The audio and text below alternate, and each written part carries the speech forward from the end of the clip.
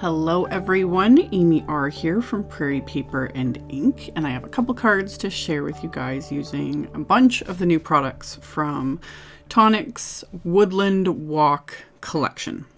So to start off with, I have some B watercolor paper here that is 6 by 9 inches, so I cut it in half, so I get two pieces that are perfect for like card front size, like A2 card size, with a little bit of leeway so I can trim them down later. And I use my anti-static powder tool on them first. And I'm going to stamp Simon Says Stamp's outline leaves background onto these.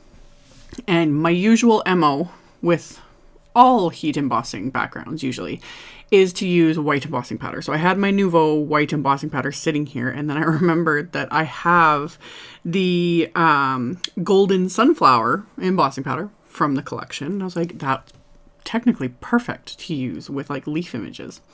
And I was also curious, I was like, I wonder what this would look like with the shimmer powders, you know, because it's all meant to go together, so why not? So that's what I used. So I stamped the background with the clear embossing ink, and then I coated it with the embossing powder. And I'm going to do both backgrounds with the same embossing powder. And then once they're coated, I let my heat tool heat up for a little bit, and then I'm going to melt all of this embossing powder and do that with both backgrounds. So now I have these leaves with the golden sunflower embossing powder, and just that alone, I was like, this is really pretty. But I am going to add shimmer powder because that was the thing I was most excited about with this release.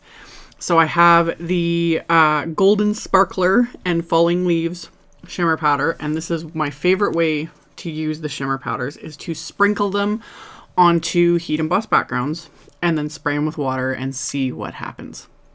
So I'm going to use both of these shimmer powders, one on each, just because I wanted to see how they would work. And always with the shimmer powders, do not squeeze the bottle. I tap it very lightly with my finger. Don't squeeze it. You'll end up with a ton will come out. And you don't need very much. Like, I'm fairly liberal with it. You can always add more.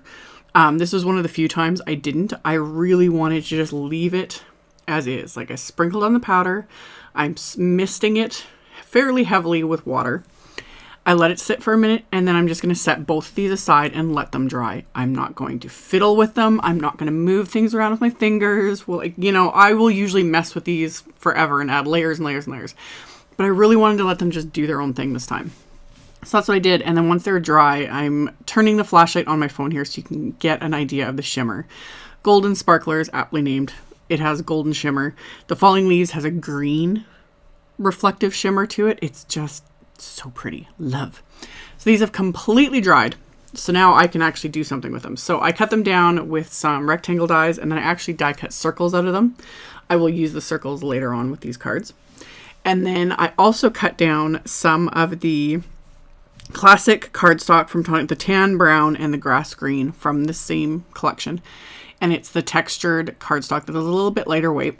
So I'm going to use that cardstock as the backing to these backgrounds, but I also die cut it as the backing to the sentiments. And because it's a little bit lighter weight of a cardstock, I die cut 3 of them. I'm using the Big Thanks Wafer die from Simon, and I am stacking these die cuts together with Nuvo's Deluxe Adhesive. So I have 3 layers of the classic cardstock die cut. And then I'm going to top these with the Tonic mirror cardstock that comes with this, or not comes with, but is also part of this collection. So this one with the tan brown cardstock, I'm going to top with the Rustic Dusk die cut. Just very reflective and just love. And I also, with these die cuts, I really prefer stacking them this way. It just gives them so much more weight and just dimension, and way more sturdy as well. Like, they really kind of start to take center stage with cards. So I did that, and then I'm just going to repeat the exact same process with the grass green cardstock. Die cut it 3 times, stacked all 3 layers together. And then the top layer is the Flourishing green mirror card. And this one has the more satin finish, so it's not as reflective. So got those all stacked together. And then to complete my sentiments, I'm just using little tiny sentiments from the Big Thanks Words stamp set from Simon. And I pulled out the the Woodland Walk hybrid ink pack. Now, these are new to me. I've never used Tonic's hybrid inks before. Standard hybrid inks, they're great for anything, especially if you want like crisp images, etc. They're very juicy, I will say that. I was using such teeny little sentiments, you know, that are like so small. I had to not be as heavy-handed as I normally am when I'm inking up sentiments. Like this first one, I like smushed the ink pad right onto it. Totally unnecessary. And I was like, oh, there's a lot of ink in this little ink pad. So gently tap my sentiment to the ink pad and kind of use up some of that excess ink there. And just, I stamped it a couple times until I was happy with how the sentiment looked. So I did one color for one card and I used another color for the other card, just stamping those sentiments. And then I'm going to die cut them with little sentiment labels, wafer dies from Simon as well. And off camera, I actually stamped more sentiments and die cut that I will use on the inside of the card, but I'll get to that in a minute. So now that I've got everything, you know, die cut and cut down, etc., and stacked together, it's time to start like actually adhering everything together. So I'm going to adhere my shimmer background to their coordinating cardstock. So with the golden sparkler, I paired that with the tan brown textured cardstock. So I got that into place, and then I can adhere my die cut sentiment and then my little sentiment strip. And all the sentiment strips, I'm going to trim the edges down straight with my guillotine trimmer, which I've shown in tons of videos. I just hold the little sentiment strip in place and then just give it a little tap with the palm of my hand, and it just trims it off perfectly so everything is squared away straight the way it should be. So I trimmed down all the sentiments that I had stamped and die cut for these cards. And then once I get everything adhered into place, I am going to adhere these to my card bases. So adhering everything with the Nuvo adhesive, just keeping everything adhered flat. I did think about using foam tape. I thought about adding like a ton of dimension, but I decided since I was going to be stacking the sentiment, plus I'm going to add, of course, Nuvo drops and everything, so I'm going to be adding dimension that way, not to add a ton of foam tape and make these like extra bulky sorts of cards. So got everything adhered and just kind of following the same layout with both cards, since that's where I decided to die cut the circles, etc. So after that's adhered, I can use the same adhesive, and I'm going to adhere these to my card bases, which are heavyweight white cardstock, standard A2 size cards, so 4 1/4 by 11, scored at 5.5. So they're 4 1/4 by 5.5 inch cards. And once I've got my card fronts adhered, I'm going to use the circles or partial circles from die cutting the shimmer backgrounds. I'm going to use those on the inside of my cards because, one, I always have to finish the inside. Two, you know, waste not, want not. But also after doing that, I was like, in the end, those could have been clean and simple card fronts.